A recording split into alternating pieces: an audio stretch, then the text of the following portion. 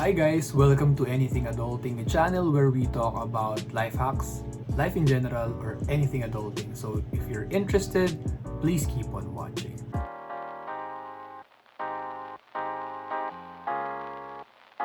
Alright guys, for today's video, I will be sharing with you my journey on becoming a call center agent. Naisip ko gawin tong content na to. It's for me to share ang naging journey ko, kung paano ba ako naging call center agent, paano ako napadpad dito sa call center industry. So first, way back 2016, I graduated in college. So I graduated from Adamson University. I took up marketing management. So way back in college, ako ay rumaraket. So dati, wala pang influencers tagging kuno doon sa mga models na ina-assign ng mga brands, companies sa mga events nila sa mall. So before, nung college ako, way back 2016, rumaraket-raket ako.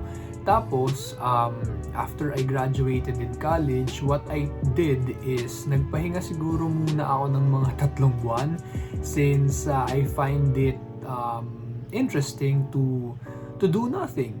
Maraming naging challenges bago gumraduate, madaming naging subjects na alanganin bago gumraduate. So, madaming bagay ang nagbigay stress sa'yo nung estudyante ka pa. So, I decided to, take a break for 3 months bago ako ma-deploy sa real world, kumbaga, or bago ako mag-apply ng tunay na trabaho.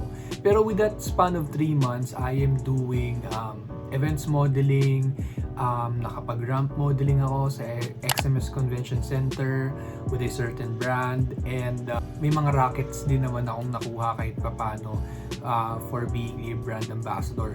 Now, una ko pong trabaho ay isang admin staff sa isang mall within the South, and so far, so good. Ang schedule ko noon is 6 times a week ang pasok, and then yung rest day ko is not stable.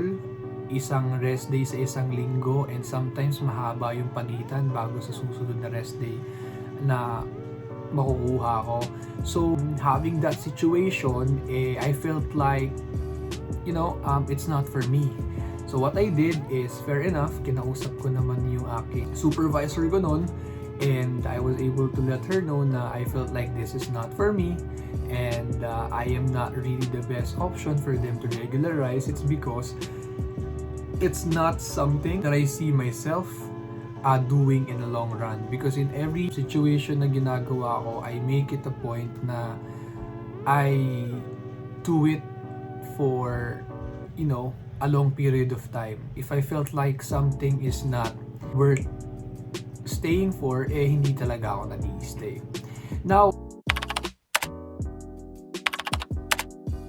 fast forward, I left my job and I stopped working again for 8 months.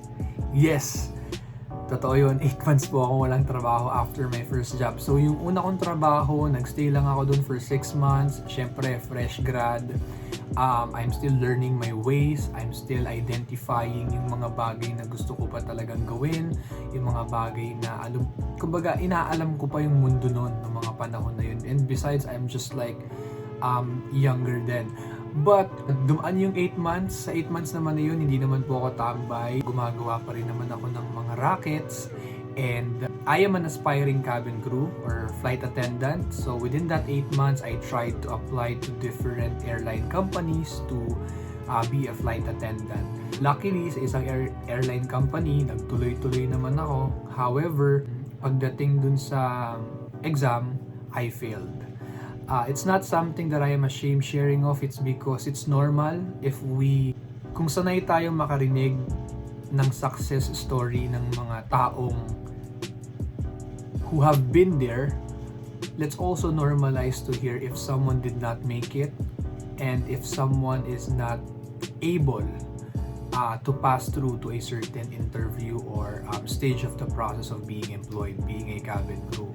Being a cabin crew is not easy, as coming from my friends, it's not the ideal job for a person. It will really take you a lot of grit, a lot of a lot of courage and stamina because you will be, being on a flight with different time zones.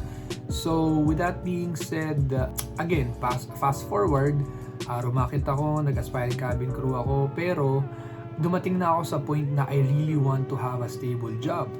So inisip ko ngayon, sige, mag-a-apply ako ng marketing assistant, sales assistant, any related sa course ko. However, I always believe that God, the universe, always sees the bigger picture. And I realized na dito talaga ako sa pagiging call center dinala ni God, the universe. Because mag-a-apply ako sa mga posisyon na gusto ko, marketing assistant and sales assistant.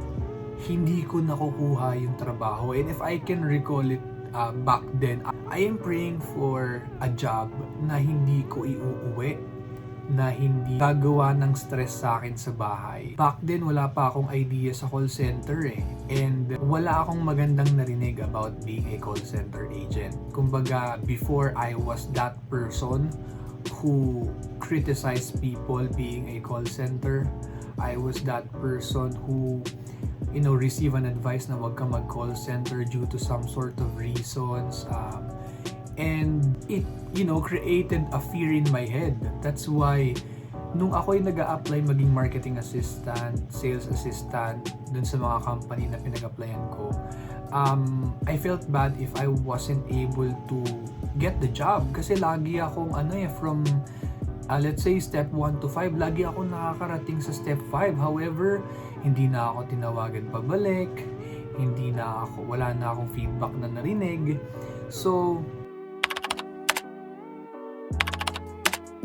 I opened my doors to different kind of opportunities because back then, medyo natatagalan na ako. 8 months kang walang trabaho, 8 months kang walang regular income. So, it's hard for you to, continue. It's because I am not coming from a wealthy family.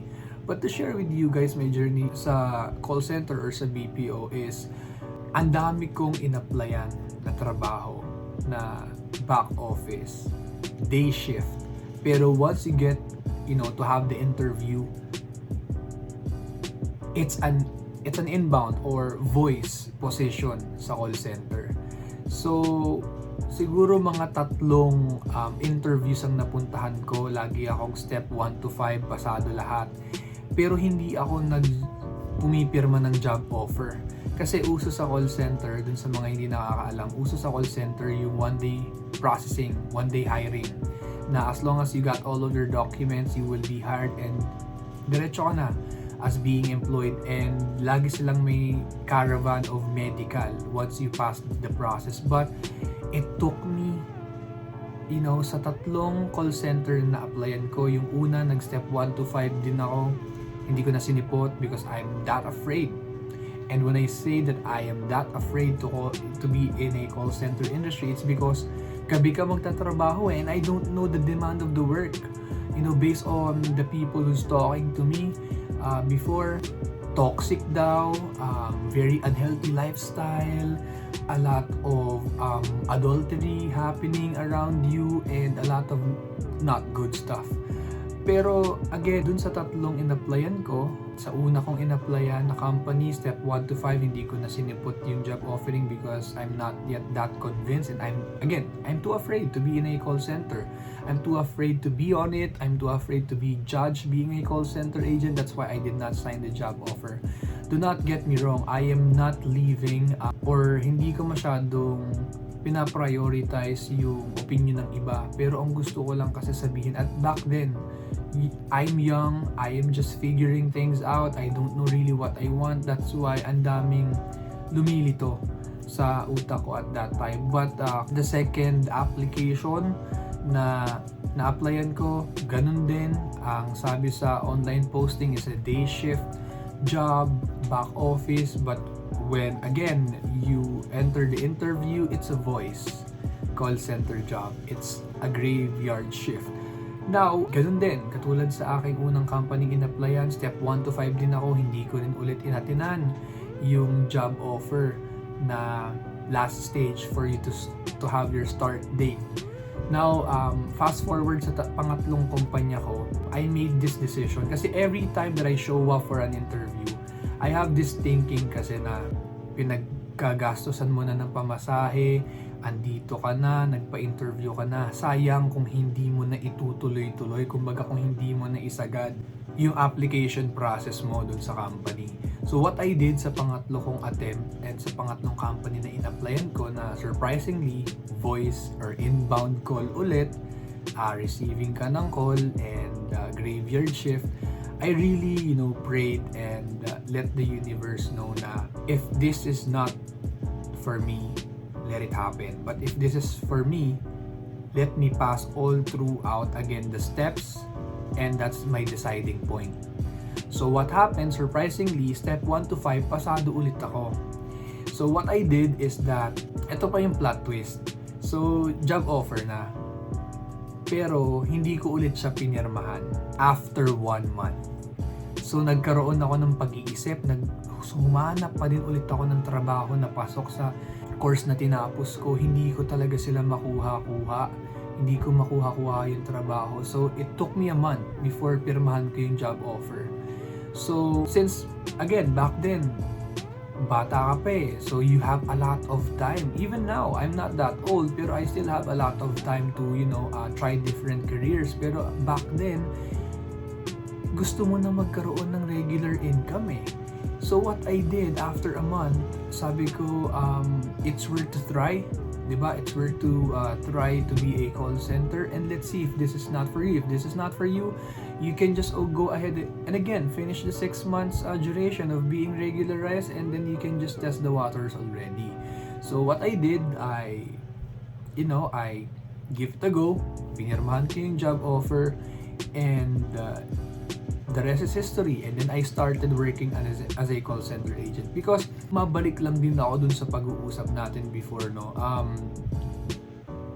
A lot of young professionals are being stressed or they feel anxious. It's because people around them expect them to earn a certain amount of money even without having the experience. I've been one of those young professionals before na sobra kang stress, it's because ang tao sa paligid mo, masyado kang pinipressure na kumita kagad ng malaki.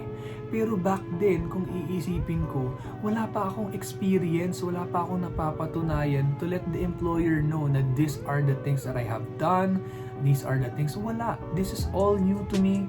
Everything that you will be doing outside of school is new, and it will now be your real credentials that you can flaunt when it comes to you applying for a job. Now, back then, I realized na it's worth to try. It's because number of graduates is not equals to number of opportunities para sa mga tao. And hindi rin naman lahat ng classmates mo noon, yun ang, kung ano yung tinapos, yun yung trabaho. Diba? So talagang there's a lot of numbers of graduates that will be doing a job that's not related to their course, and there's nothing bad about it because sometimes what you want before is not really what you want in the future. Diba? So going back, so pumirma na ako ng job offer and I became a call center agent. So I am very happy, and guys, take note, ang una ko pong account, banking, retail, debit cards. So sa lahat ng call center out there, banking is not easy. There's a lot of regulations, right, that you need to follow, and may mali ka lang masabi, it can be used against you and it can be a reason for you to lose your job. So what I did before is I became a call center agent, and at our first day, I was surprised. It's because everybody sounds so good. Some of my peers have accents that can fake until they cannot sustain it anymore. Pero I am just very happy na I was surrounded by good souls. They understand that I don't have any experience sa pagiging call center and having my tech accent. I am just so happy that I was helped by my peers before sa process on how things went. And to cut the story short, to fast forward, I realized, if I may go back on the things that I have shared with you a while ago, I realized that this is the job that I have prayed for. this is a job that I will just be doing inside of the office, and this is a job that I will not be bringing at home. So this is every time na may magtatanong sa akin kung bakit ako nagsettle sa pagiging call center. Ako po ay call center for almost 5 years already. Alam kong hindi ako yung pinakamatagal sa call center industry na napapanood nyo ngayon, pero what I'm just trying to tell you is that every time that someone asks me why am I in a call center industry, I always tell them na this is a blessing in disguise. This is the job that I have prayed for before. And I did not regret to enter the call center industry. And it makes me sad, especially if people are asking me, nagagamit mo ba yung pinag-aralan mo? It's heartbreaking to, hear people advising the young youth na wag mag-call center, keso ganyan, keso ganito. Pero those individuals who's telling those statements are individuals who might have a bad experience. I cannot give you any definite answer about it, but every individual has different experience naman sa call center. Pero I hope that we encourage the youth to explore opportunities that's in front of them. Let's not be a roadblock for them to be afraid, because I've been there. I've been that person who has, received multiples of opinions about not to be a call center. But when I tried it myself, those things that they have shared with me is different because it works for me. So what I'm just trying to tell you guys is that wag po tayo maging hadlang para sumubok ang kabataan sa mga trabahong nasa harap nila. Isa sa mga bagay na na-realize ko sa pagiging call center is, bukod sa ito yung trabahong ipinagdasal ko at binigay sa akin, isa sa mga bagay na na-realize ko being a call center is just to be open about having opportunities around you. You might not have this in your list, but if really destiny and God gave you this opportunity and really route you to this journey, you might want to try it, because God really sees the bigger picture. And one of the things that I have realized is that it's good to see people having jobs. It's good to see that Philippines is now trying to be like the United States. Because in the US, hindi naman po lahat ng magiging katrabaho mo is graduate na ng college. Some of the coworkers that you might have is still in school. Some of your coworkers was not able to finish college, but still they have a good position in your company. So it's good to have the diversity of jobs that we can offer to our fellow countrymen. Again, this may not be the most exciting story that you may hear being a call center, pero what I'm just trying to let the youth and the people know is that please be understanding, be kind, and try to be empathetic when it comes to people choosing a job that they want, that they fulfill their souls, that give them a reason to keep on moving forward. Because at the end of the day, we all have our choice, and sometimes what we want before is not really what you're destined for. So as long as hindi ka tambay, as long as you're doing a good job, being yourself, being or doing or providing for your family, there's nothing wrong about it.